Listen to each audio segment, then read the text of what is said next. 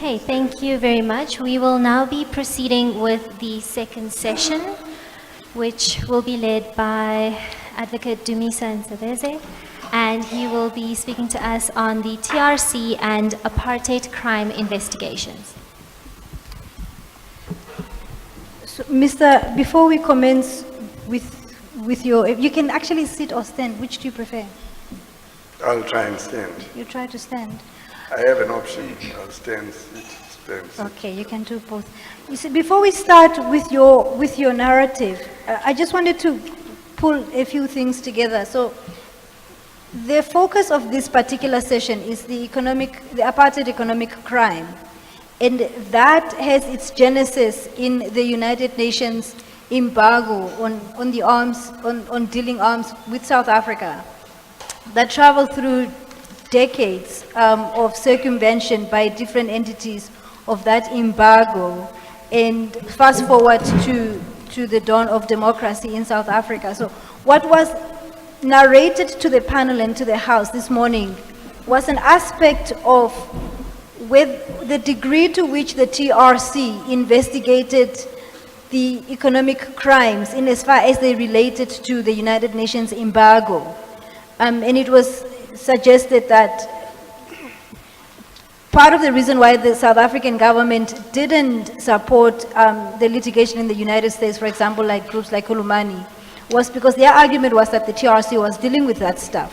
So there was no point in the government going to the United States to support the likes of Kulumani in circumstances where the TRC was already investigating that stuff. So that's just the context out of which your evidence emerges. But before we proceed, I wonder if you can state your full name for the record. Dumisa Ntsebeza. And can you tell us a bit about your background, which places you in good stead to speak to what the TRC investigated, what is the general topic of the TRC and its investigations?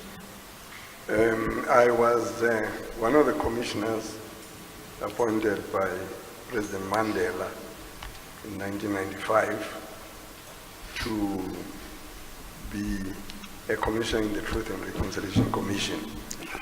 And at the commission itself, the commissioners elected me to be the commissioner in charge of the investigative unit, which was an investigative arm of the commission.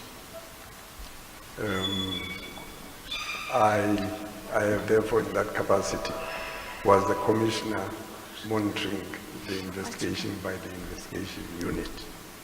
And to that degree, I was involved with trying to unearth the truth in terms of our mandate. In terms of your mandate.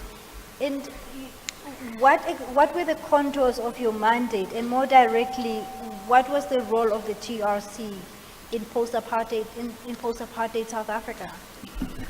Well, the mandate of the TRC could be traced to the post-amble of the interim constitution, as well as in the preamble of the Promotion of National Unity and Reconciliation Act, both of which emphasized the need in South Africa for there to be a reconciliation.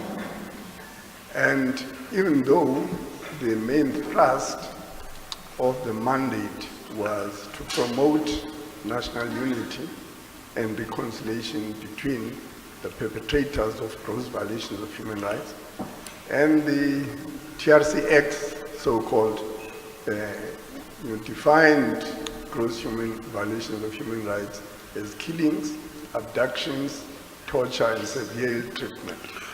Now, even though that was the main focus, it is conceivable to argue that the mandate was not restricted only to gross violations of human rights as I have defined them, or as the TRC Act so-called defined them.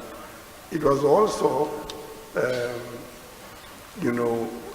perceived, certainly by the rest of South African society, to have been an instrument to promote reconciliation between the haves and the have-nots, between the rich and the poor, and that, in fact, has been a bone of contention as to whether, A, it could have had that mandate, but people have argued that part of what it was intended to do was to promote the reconstruction of South African society. That's in the preamble to the Act, and you can't talk, in my view, about reconstruction if you are not going to address the issues of have and have not, rich and poor, and all of that. Mr. Ntsebeza, in the course of investigating, as you say, what exactly were the focuses of the TRC?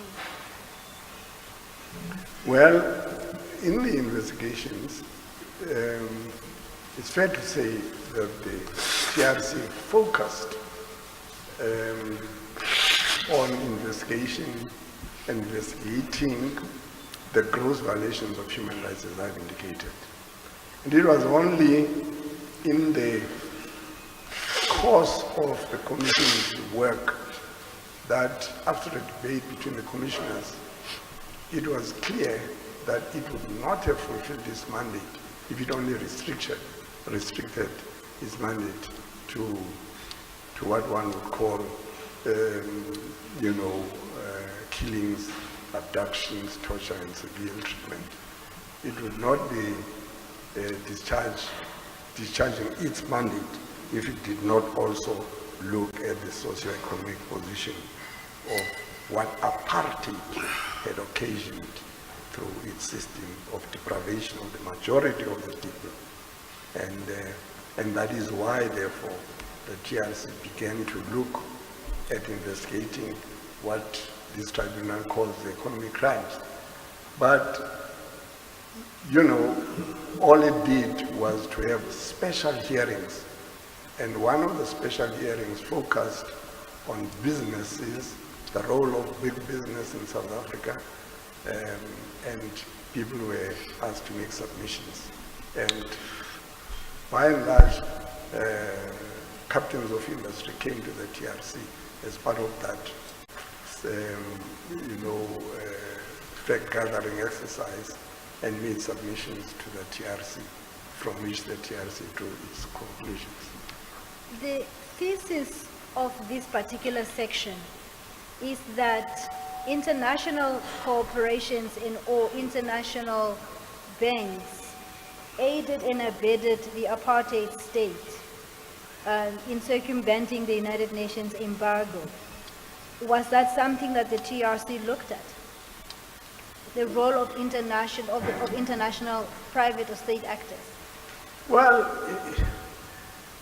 put it this way, part of the position that was taken by the international corporations in that case, so-called Kulubani case, Ntsebeza plaintiff's case, was that there was no need for, and that was the position of government who filed papers, and I'm sure Mr.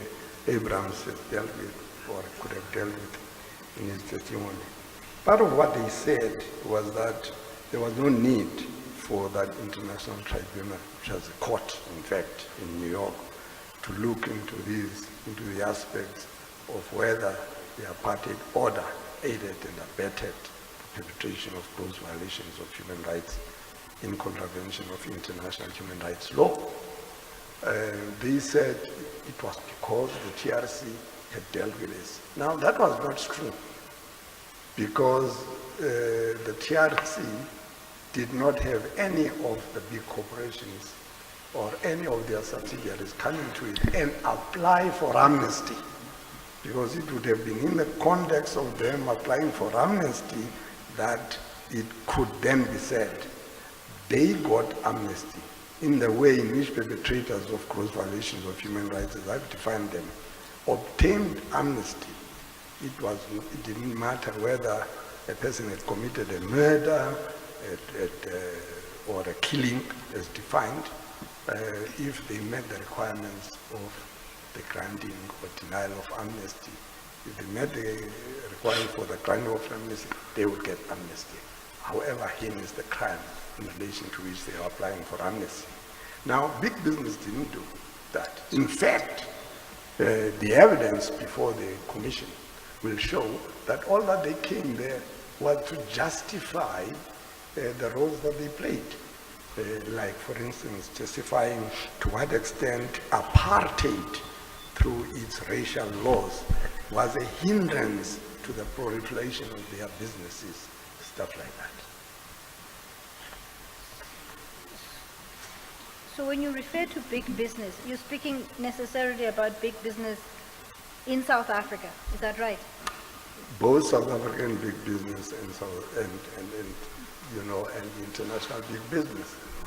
I mean, we're talking here Daimler Chrysler, Mercedes-Benz, and all those other corporations, which were in fact the corporations that, in the action by Kulumani, were some of the defendants. So, arms manufacturing companies, all of them, never felt that there was a need for them to come to the to the TRC and plead for amnesty, because I believe they never took the view that whatever they did, aided and abetted the violation of international human rights law, and which is why they never came to ask for amnesty. And that is why we feel it is, it is not correct to say, or it was not correct for those corporations that were the subject of the litigation process in New York in the so-called apartheid case. It was not correct for them to say that TRC had dealt with this, and it was not correct for the South African government to file papers and say, in fact, the TRC had dealt with what amounted to economic crimes. It had not. right, that's fine. So I understand your evidence to be then that there were three categories of people in a broad sense. Those that did not come to ask for amnesty, those that came to ask for amnesty and were granted amnesty, and those that came to ask for amnesty and were not granted amnesty.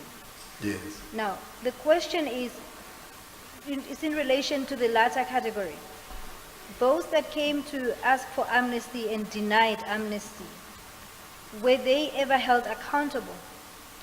Well, they were not held accountable.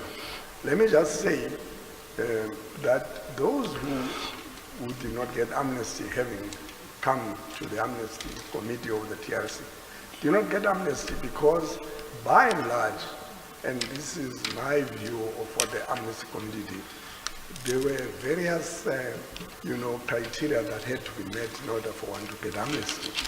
One of them was a complete full disclosure of the acts and the crimes and whatever it was in relation to which one was applying for amnesty. And full disclosure was one of those criteria. In fact, I think it was the primary, if not the only criterion, which the amnesty committee took into account in order to grant people amnesty.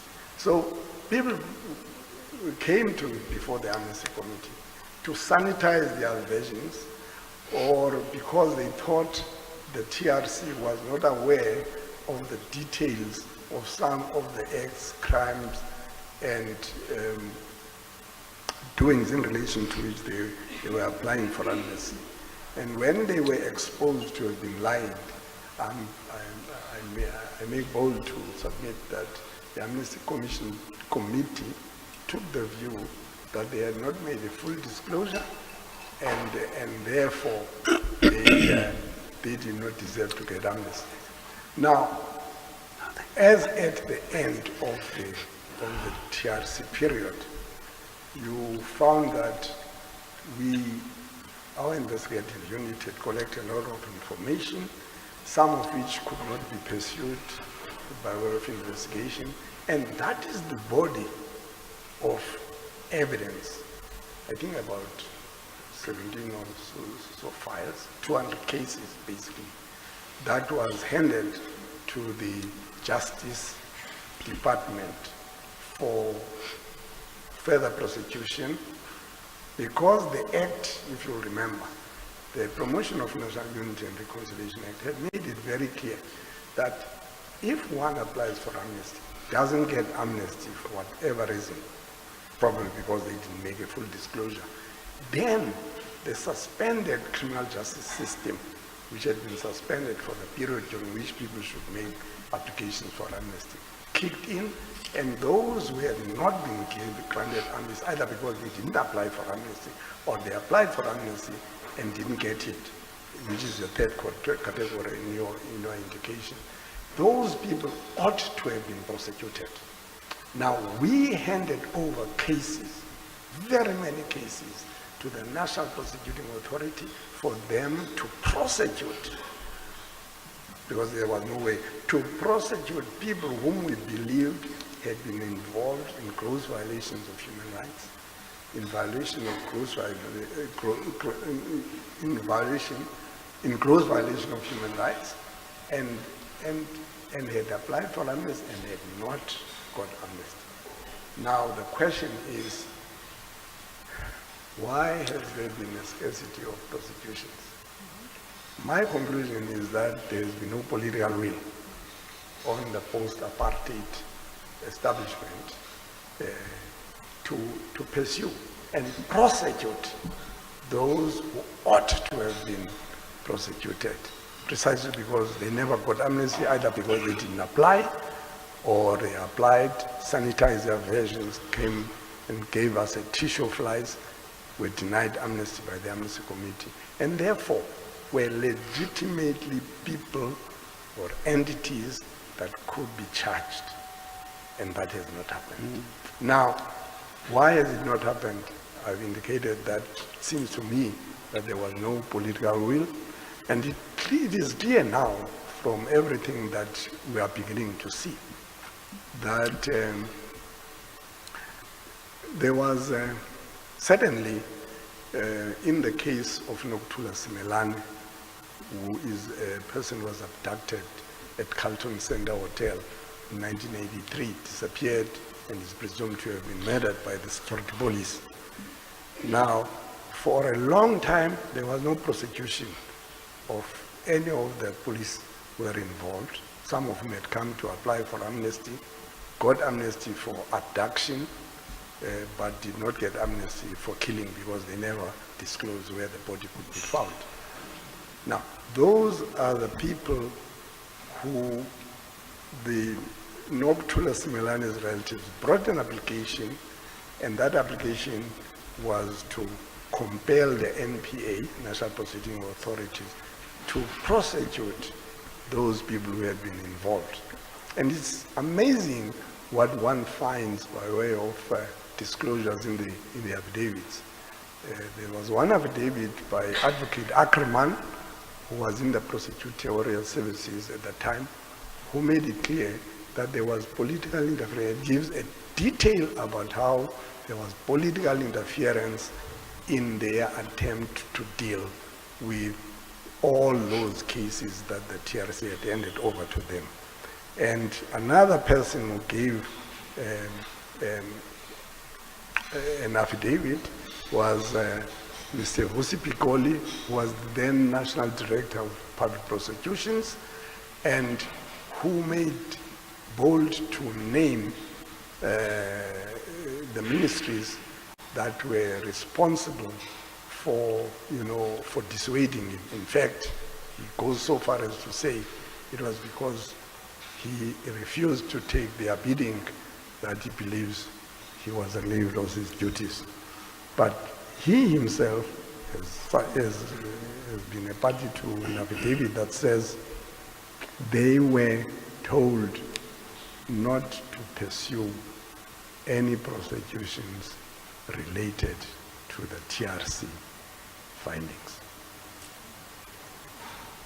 So my last, it's quite a glimpse, but my last question on this line is, really your assessment I'm looking for, but what do you think have been the consequences of failing to hold the third category of people to account, or even the first to account, i.e.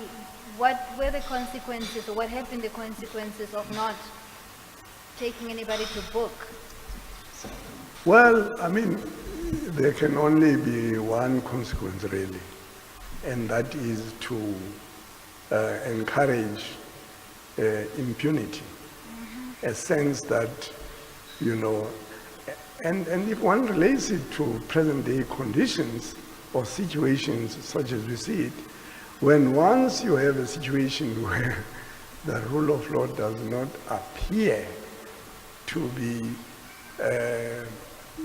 recognized by those in authority, and there can be nothing worse than a government, especially a government in charge of a constitutional democracy, that does not seem to take heed of its own constitutional provisions or its own laws.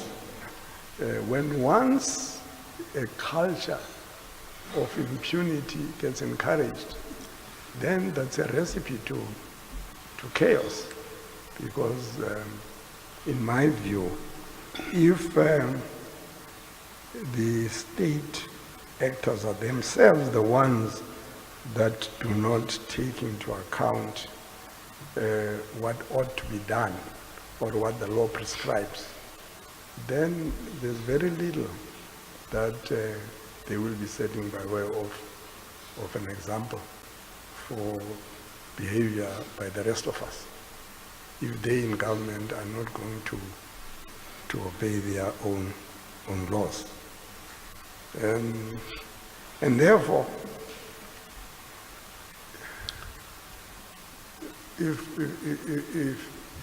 in the context of the TRC, in fact, I've been quite impressed, if you'll allow me, by how one Willem Heath, who was a judge and was behind the establishment of the Special Investigative Unit, in his observation and in his characterization of what constitutes corruption, and corruption at the highest level, he has this to say about the TRC. In a book chapter that he contributed, he says, it is commendable that the TRC dealt with gross human rights violations. However, behind the acts of the perpetrators were the lies, the deceptions, and the corruption of a system that was doomed to fail from the start. A system rotten to the core that allowed many people to be millionaires whilst depriving many others the right of access to the resources that could have provided for their basic needs. Billions of rands were spent to support an apartheid system that had been rejected by the majority of the first world countries, and may I add, that had been characterized by the United Nations as a crime against humanity. This, to me, says Willem Heath, constitute the ultimate corrupt act. And whilst I am on that, if you will allow me, Honorable Tribunal, I would like also to refer to the observations that were made by Saint-Peter Blanche, who just the other week, I think last week, was celebrated in a symposium held in his honor. Sampi, in an interview that I had with him, called, and I think he went to the TRC to testify, and what he said is critically important for these hearings, in my view.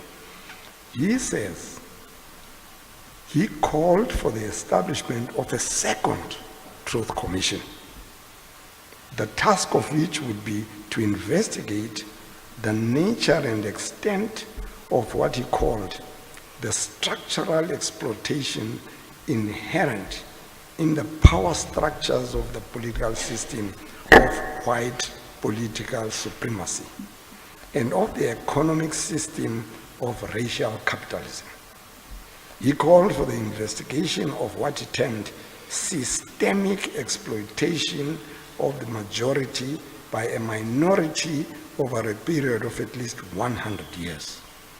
He argued that without a clear understanding of the systemic nature of the exploitation that had occurred, it would not be possible for the beneficiaries, mainly white people, and that's my view, to make the necessary confession, to show the necessary repentance, and to experience the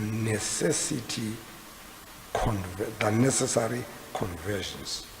Without systemic justice, he argued, true reconciliation might prove to be unattainable. Blanche called on the TRC to do whatever it could, this second TRC that he was propagating, whatever it could to investigate the systemic relationship between mainly white beneficiaries and mainly black victims. One of the practical steps that he recommended was that white businesses should volunteer to pay a wealth tax, a suggestion that stirred the honestness of opposition.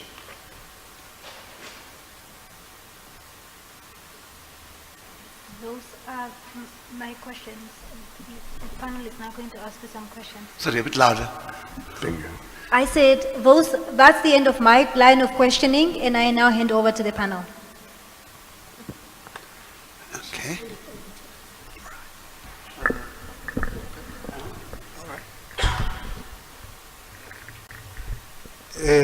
Thank you very much, Brody.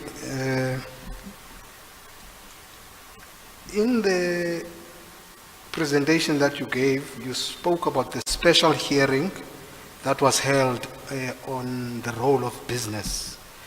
And you said that it is on the basis of that special hearing that the TRC reached its conclusions. I Yes. just wanted to know what conclusions did the TRC reach in relation to the role of business.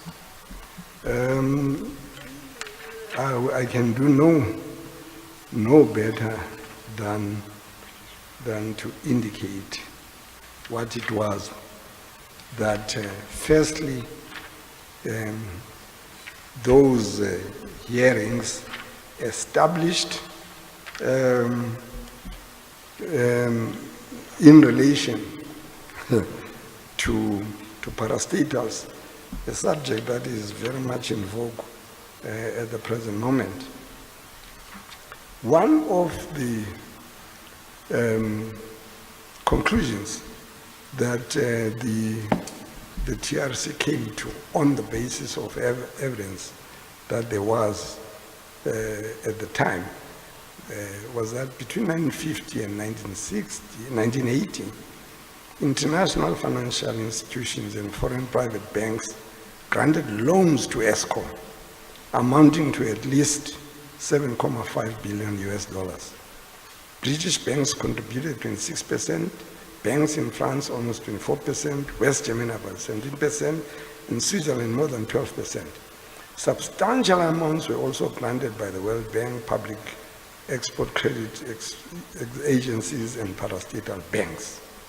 Now they say during the sanctions years, which is the question that the initiator started with, foreign debt represented between 44 and 56% of Eskom's total net debts.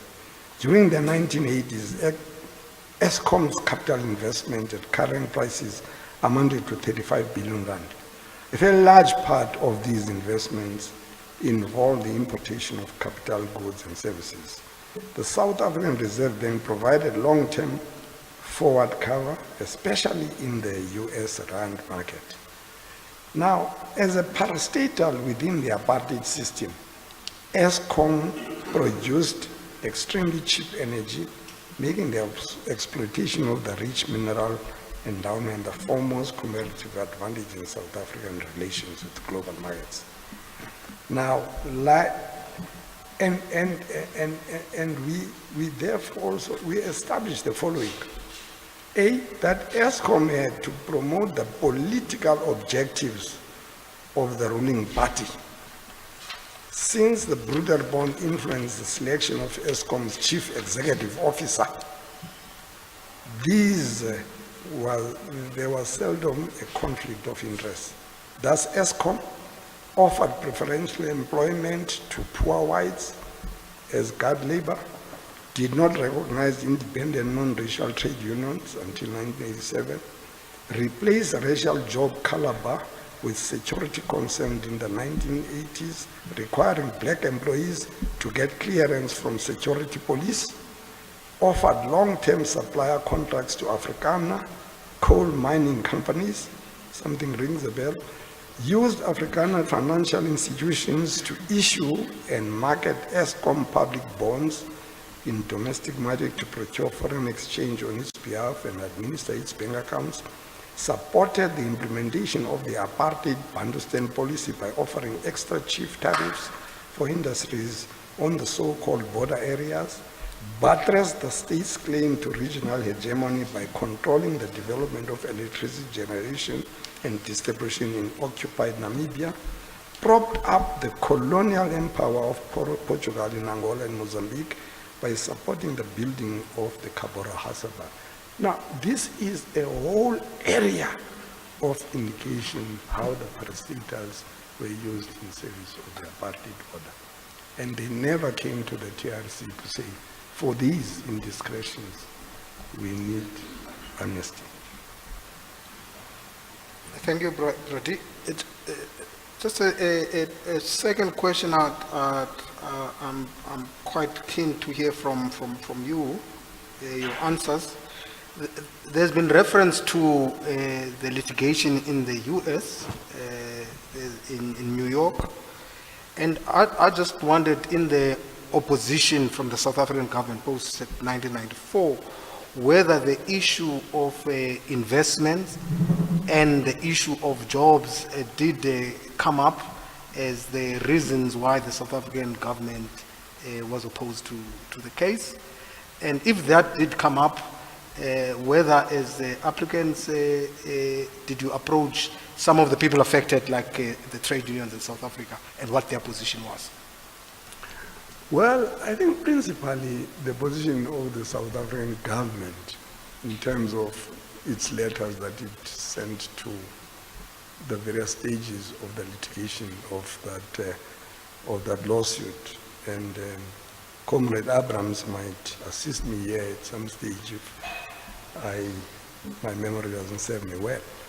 I think the main thrust of the South African opposition was simply to say, we had a process, we must be allowed to deal with domestic problems in our own way.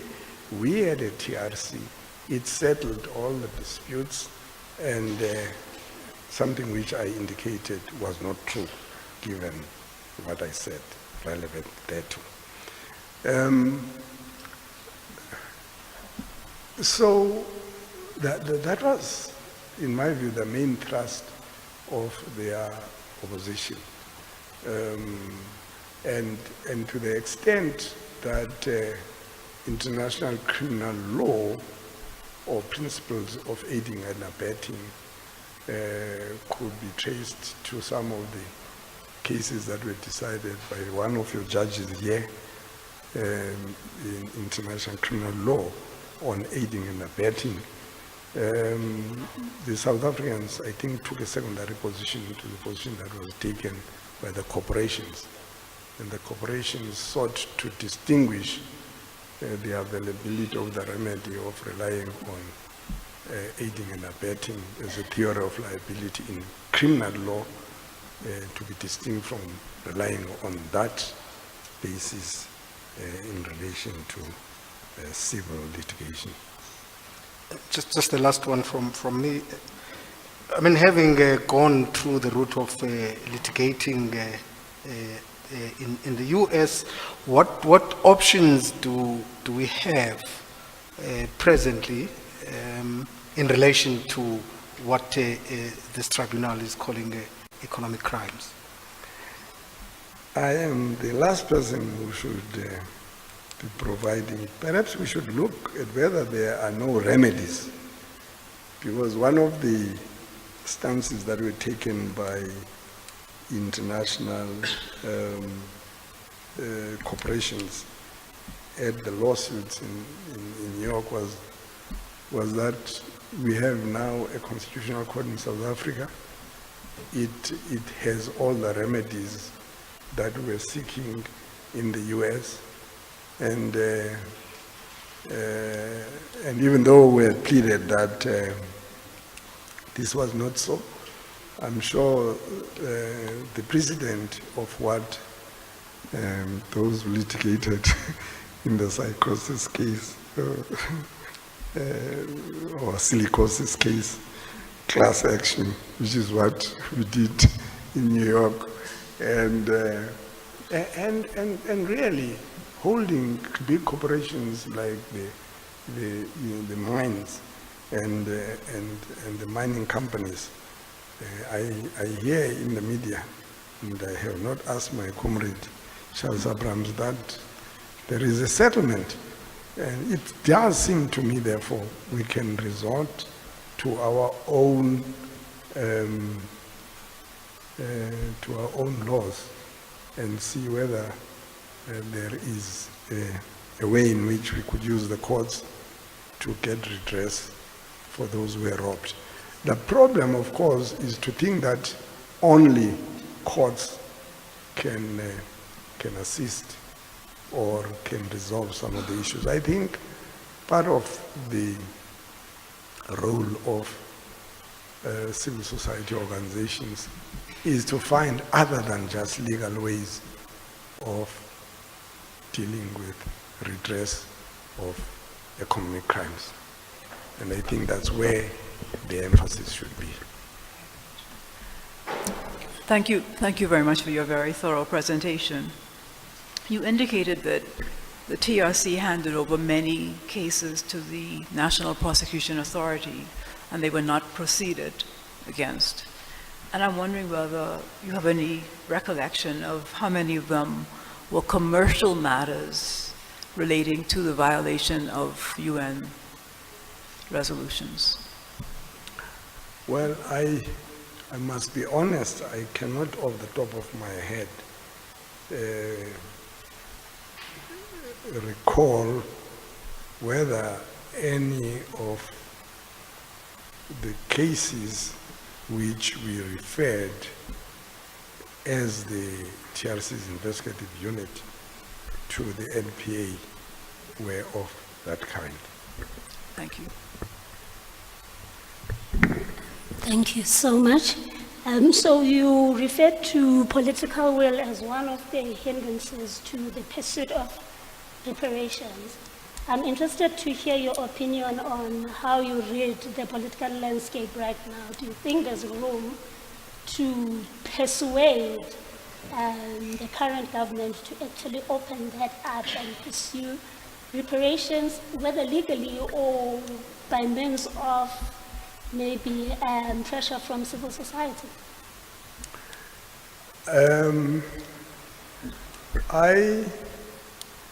I'm not persuaded that there has been a shift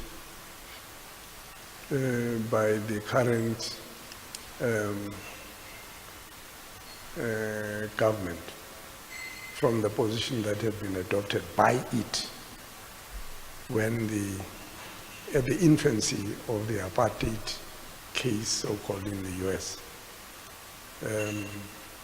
In 2003, I think it was on the 14th of April 2003, in Parliament, the then President of the Republic berated those of us who had sought to get the redress of the victims of apartheid in what he called foreign courts. And yet, when the TRC, a homegrown measure to not to compensate the victims of gross violation of human rights and other acts made recommendations. One of the recommendations, I'll cite only one, was that those who came to the TRC had become identified by that process as victims of wrongdoing in the various ways which I described. Now, those were classified as victims. Some of them felt that they should be called survivors, but whatever. Now, we recommended an amount of 2,000 rand, more or less, per month for 6 years. Not as compensation, but as a token from a state-instituted institution, the TRC, of trying to give back dignity to those who had suffered in the manner in which the TRC had identified.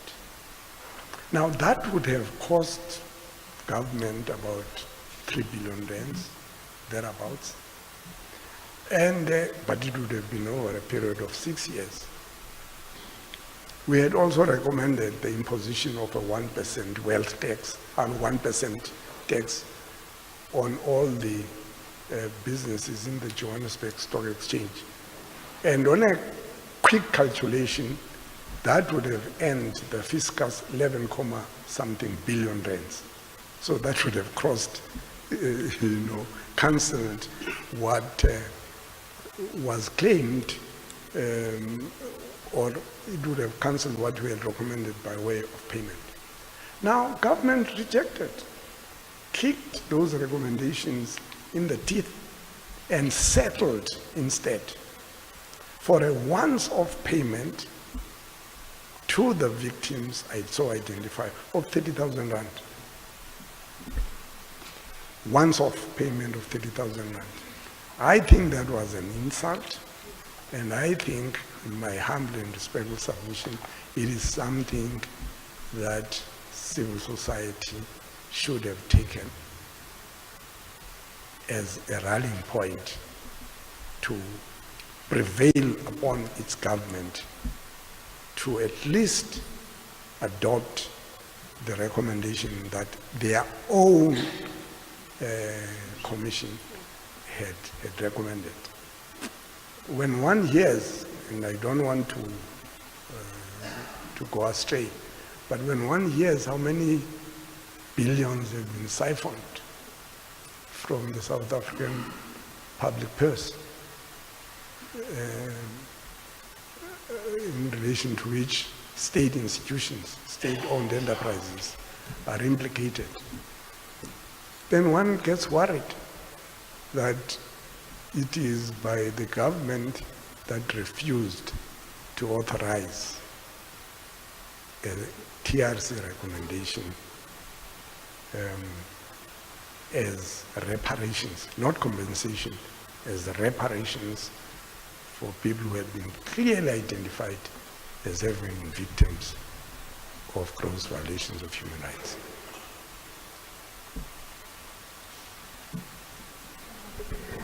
I also join in thanking you for your presentation today, Mr. Ntsebeza, and for your efforts on litigating on these matters. I was going to ask you to summarize for us what you think the people's voice is to address to a people's tribunal such as this, their expectations on ending impunity for economic crimes and getting reparation. So secondly, what would they want this People's Tribunal to say or do about that? That's one, and the other one is really back to litigation. Is the door closed completely here in South Africa, using the Constitution and our national laws? I mean, I can repeat this, they're two different questions. But you are senior counsel, so I'm getting it at one shot. Surely the doors are not closed here using our own laws and the Constitution to address the protection of the economic and social rights of people against economic crimes, both past and present. Thank you. Thanks, Justice. I think the starting point, speaking now wearing my cap as a commissioner in the TRC, who really got extremely disappointed by how a post-apartheid constitutional democracy dealt with our recommendations and resorted to subterfuges of recommendations being only recommendations and not binding on them. And something they tried with the public protector. Now, if we looked at what we recommended, and if civil society could clamor for a revisitation to those recommendations, I'll just read them. We had recommended the imposition of a wealth tax, a one-off levy on corporate or private income. Each company listed in the Johannesburg Stock Exchange to make a once-off donation of 1% of its market capitalization. A retrospective surcharge on corporate profits extending back to a date to be suggested. A surcharge on golden handshakes given to senior public servants since 1990. We could determine to go earlier. The South African Special Risk Association Fund, contributed to by business and individuals as insurance against material loss arising from political conflict. Now, I think none of those recommendations or proposals has even been taken into account by the democratic government since 1998 when those recommendations were made. And the more I look at our society today, and the more I hear what I hear, and in some instances get involved in state capture cases, I begin to see that if that would be the starting point for civil society organizations, there would be a marshalling of the people, and it would not be out of place for this People's Tribunal to make those recommendations to the people of South Africa and to say the time has come for a revisitation, not of political sloganeering, but a revisitation to proposals of a constitutionally mandated institution, the TRC, which made those proposals, none of which, as I am told, were implemented. In fact, I'm made to understand that there were captains of industry who were ready to sign checks in relation to the proposal of each company listed on the JSC having to make a once-off donation of 1% of its market capitalization. And they were quite alarmed and surprised that the government actually did not take that proposal and make it binding, or at least fail in the attempt of making it binding. So, there's a long way of saying to you, perhaps the place for civil society to start at is in fact revisitation to those proposals that were made by the TRC on reparations. Now, if Charles Abrams briefed me for an opinion on whether there are any legal remedies that I might probably find together with him and anybody else who might assist me. Well, the People's Tribunal can't pay you for your opinion, so we ask you to share it with us, without charge. Well, let me be frank, because these are quite serious matters, and this tribunal is, for me, a serious matter. I would, let me give you a lawyer's response. I would need time to think about it.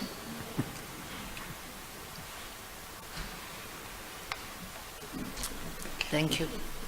I'm afraid I have some questions too. I thought I was going to escape your sharp criticism, Judge Yakub. First question is this, that the TRC legislation didn't define the nature of the crime, but referred to crimes generally. Is that right? Yes. And therefore there was no mention, for example, of economic crime and international crimes, the breach of the embargo and things like that. Is that right? No, from the top of my head, there wasn't. As I say, it mentioned gross violations of human rights and defined them as I did. But the focus of the people generally at the time was about actual harm, like murders and tortures and kidnappings and things of that sort, which were at the forefront of the people's minds. Would you sort of agree with that? Yes, I would. Okay. Then the next thing is this. What would you say about the debate which has raged for some time that the legislation was weak in the sense that it did not require people to commit themselves to reconciliation, which was one of the objects of the Act, before they were granted indemnity? Some say it should have been the case, some say it shouldn't have been the case. Would you like to express your view on that and tell us what you think? Yeah. Well, the express and stated aim of the Promotion of National Unity and Reconciliation Act was firstly to go back in history, back in time, in a limited area between 1960 and 1993. 1960 being the time of hostilities, when controversies and Boko were formally established, and 1994, in fact, signaling on the 10th of May, the very first post-apartheid president inauguration of President Mandela. So that 34 years, the mandate investigated 34 years of history. And then the focus was for gross violation of human rights. I have defined those. But there was something that was being said in that preamble, and that was the intention was to contribute to the reconstruction of South African society. So my sense is that there was an attempt to ride two horses, deal with gross violations of human rights, blood and guts, but also deal with the reconstruction of South African society. And that engendered a lot of debate between commissioners. And the question was, how would we be able to deal with that aspect? How would we be able to deal with, in 18 months or 20, 24 months, deal with the reconstruction of South African society, which would have entailed us looking at socio-economic conditions that may have led to victimhood of those who were victims and perpetration of those kinds of crimes, economic crimes, by industry. Which is why we then decided, fairly late in the day, that we should have what we called, special hearings, where we looked at the role of the media, the role of the legal institutions, the judiciary and prosecutorial authorities, role of business, and et cetera, in the perpetration of those crimes. So yes, it was an attempt within a constricted time of 18 to 24 months of doing almost what would have been impossible to do in that period of time, even though the period of investigation was only 34 years of South African history. Okay, thank you very much. Now, there is the narrative that once people are granted indemnity, whether they committed the crime as fighters for freedom or whether they committed the crime as supporters of apartheid, some assumption that there's a narrative that everyone becomes sort of equal once amnesty is granted. You know that communities have expressed serious doubts about that. I am on record and I might as well confess it now, saying that there are differences between the two crimes. The crimes for apartheid were villainous and evil because apartheid was evil. And unless those criminals embrace reconciliation, I have troubles with them. Whereas the so-called criminals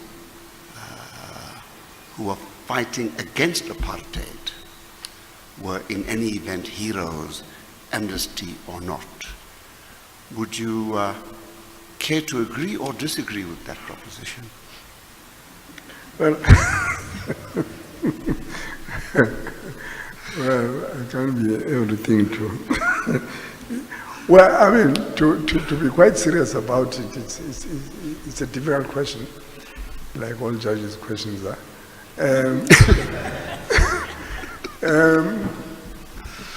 Look, I think when the post-embargo of the interim constitution provided for the promotion of reconciliation, and in that post-embargo pointed to the need to establish a mechanism for dealing with wrongful and unlawful acts that had led to great suffering, human rights violations and all of that.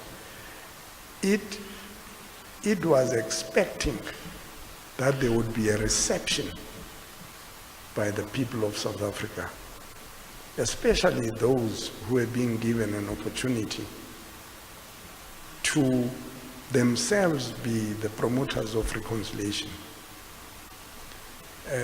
It gave, in my view, an opportunity to those who had committed heinous crimes to come forward and say, in order to promote reconciliation, if those against whom crimes were perpetrated had not found closure because they did not know the truth of what had happened, and they were the repositories of knowing what had happened because they had been the actors in the perpetration of those crimes. Here was a golden opportunity for those people, your Freddie Barnard, your Eugene de Klerk, and everybody else, to say, because our post-apartheid democratic constitutional democracy wants a reconciled nation, respect for human rights and what have you. We give you an opportunity to come clean, publicly state what you did, why you did it, and if you make a full disclosure, then you will be granted amnesty.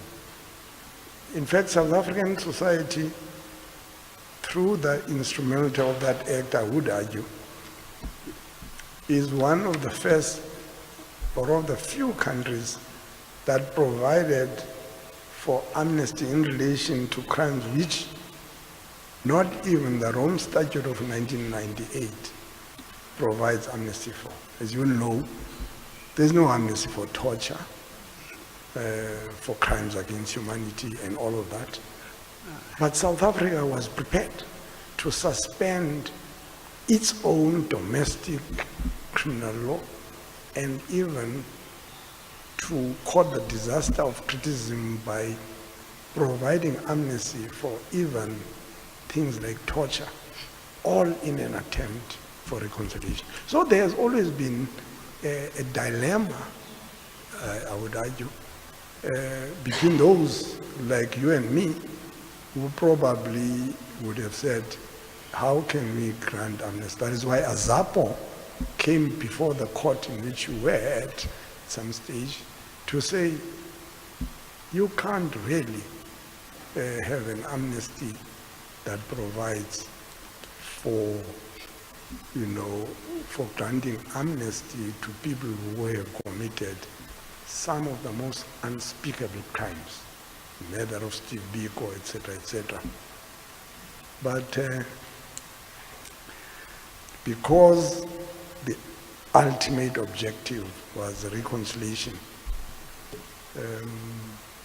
there was a basis on which the Concord, in the Azapo case, felt that there wasn't anything unconstitutional in the act to the extent that it sought to promote that objective. That's the best I can give you by way of a response.